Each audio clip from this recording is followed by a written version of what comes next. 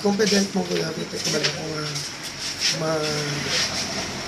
mapamalang sa kasong ang ako lang nanak eh. Anong sala ko sabi daw initan ko sa mga tao kung ano man ang posisyon, kung ano man ang ilan na nag-asako. Ang sakit lang, ang managlangi ng bawang sila. I-prove ko sa inyo na even once, wala ko yung idea sa kasi. I never deny nga mga amigo tayo nag-aagis sa aton, na istorya ta.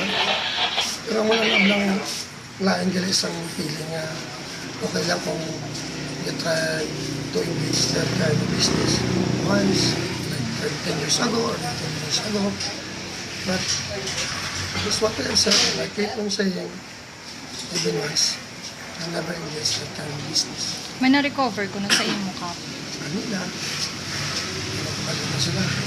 Kaya is part of the job. Bambang nga, kasi ikaw ang target. Pero, God is great.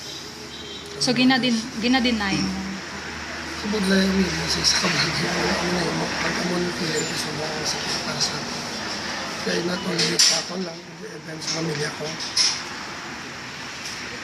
My partner, and siyempre sa pamilya sa Barangay 35. Pero I always assure na before proving it, to claim my name, and again, on the record, I never engaged this kind of business even once. Anong plano mo sa bangka? So, tapos na tayo lang may proseso sila. So,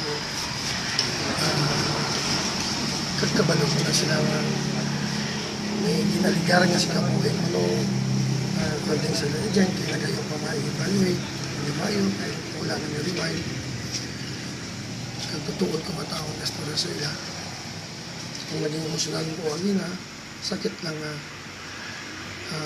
mawala mo na yung mga isang bagay. I'm ready to face kung anong man ang consequence niya. But only one thing lang na gusto ko lang i-prove, not only sa kabiligan ko, kundi sa ila mismo, sa ideya, ay mas espera sa pamilya ko at sa taga-Tumuluyo. I never try to engage this kind of business. You would like to unshackle you first?